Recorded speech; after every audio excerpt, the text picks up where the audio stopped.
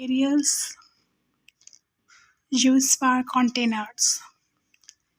जो कंटेनर के लिए मटेरियल यूज़ होंगे वो हैं गिलास, जैसे कि गिलास ब्याल, प्लास्टिक्स जैसे कि प्लास्टिक बोतल, मेटल जैसे कि एरोसोल कंटेनर और पेपर जो कि फोल्डिंग के लिए इस्तेमाल होंगे। These materials are used either singly और sometimes in combination with each other। ये मटेरियल हम अकेले भी यूज़ कर सकते हैं और एक दूसरे कॉम्बिनेशन के साथ भी यूज़ कर सकते हैं। गिलास से जो कंटेनर बनता है उसमें एग्जांपल हैं गिलास व्याल और एम्प्योर। और जो गिलास से कंटेनर बनेगा वो ट्रांसपेरेंट होगा, मतलब शफाफ होगा, ब्रिटल होगा, इजीली टूट जाएगा और हार्ड होगा। चूँकि गिलास सिलिकॉन और ऑक्सीजन एटम से बनता है, गिलास को हम अकेले भी यूज़ कर सकते हैं और स्पेशल टाइप्स ऑफ गिलास भी यूज़ कर सकते हैं, लाइक कलर्ड गिलास एंड हीट रेजिस्टेंट गिलास। एग्जांपल्स हैं न्यूट्रल गिलास, कलर्ड गिलास, टाइप 3 सोडा लाइम गिलास। Second material is plastics.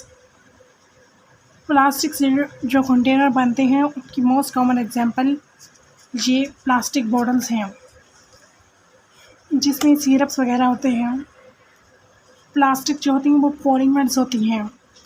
वो पॉलीमर्स जिनका मॉलिक्यूलर वेट हाई होता है क्योंकि इनमें लॉन्ग कार्बन एटम्स की चेन्स होती हैं। Plastics are high molecular weight polymers possessing long carbon chains, and the various polymers used for manufacture of containers are polyvinyl chloride यानी PVC, polyamides यानी nylon, polystyrene and polyethylene। These form the plastic material like polyvinyl chloride in plastic bags। Container जो होता है वो metals का भी बना हुआ हो सकता है, लाइक एरोसोल कंटेनर में जो कंटेनर होता है वो स्टेनलेस स्टील या फिर मेटल्स का बना होता है। मेटल्स से जो कंटेनर बनते हैं वो कम ही यूज़ होते हैं क्योंकि मेटल रिएक्टिव होते हैं, जैसे कि अल्कलाइन अर्थ मेटल्स बहुत रिएक्टिव होते हैं और वो अपने अंदर जो कंटेंट्स हैं उनके साथ रिएक्ट कर सकते हैं। इसलिए मेटल से जो बने कंटेनर होंगे उनमें लिक्विड ऐड नहीं होगा, मोस्टली उनमें सिर्फ हम एरोसोल ऐड करेंगे, पाउडर एंड समटाइम्स टैबलेट्स।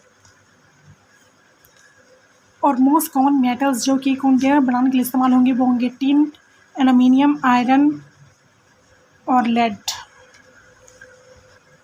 जब भी मेटल से कंटेनर बनाएंगे तो इनकी इनसाइड पर एक लाइनिंग होनी चाहिए ताकि वो लाइनिंग प्रोटेक्ट करे कि वो कंटेंट्स और कंटेनर आपस में रिएक्ट ना करें, जैसे कि लेड के केस में लेड पॉइजनिंग ना हो। Metal containers are not commonly used because they react with the preparations, however they are used for packing the powders, aerosols and tablets, and the metals used for pharmaceuticals are tin, aluminium, lead, iron। Aerosols के अलावा जो collapsible tubes होती हैं जिसमें semi solids like paste, creams and ointments pack होती हैं वो भी मेटल यानी टिन, लेड और एल्युमिनियम के बने होते हैं। Collapsible tubes made from aluminium, tin and lead are used. They are used for packing the semi-solid preparations like creams, paste, toothpaste, and cosmetics. They are attractive containers. Lead should never be used alone for anything taken internally due to the risk of lead poisoning. They are used with internal linings। इसके अलावा जो fourth material packaging का use होगा या folding के लिए वो paper होगा। Paper has insignificant role in primary packaging, लेकिन अगर आपके पास कोई दूसरा पैकेट मौजूद नहीं है यानी कंटेनर मौजूद नहीं है तो इसका हम सेकेंडरी चॉइस के तौर पर ले सकते हैं, but it is predominant as a secondary and tertiary packing material.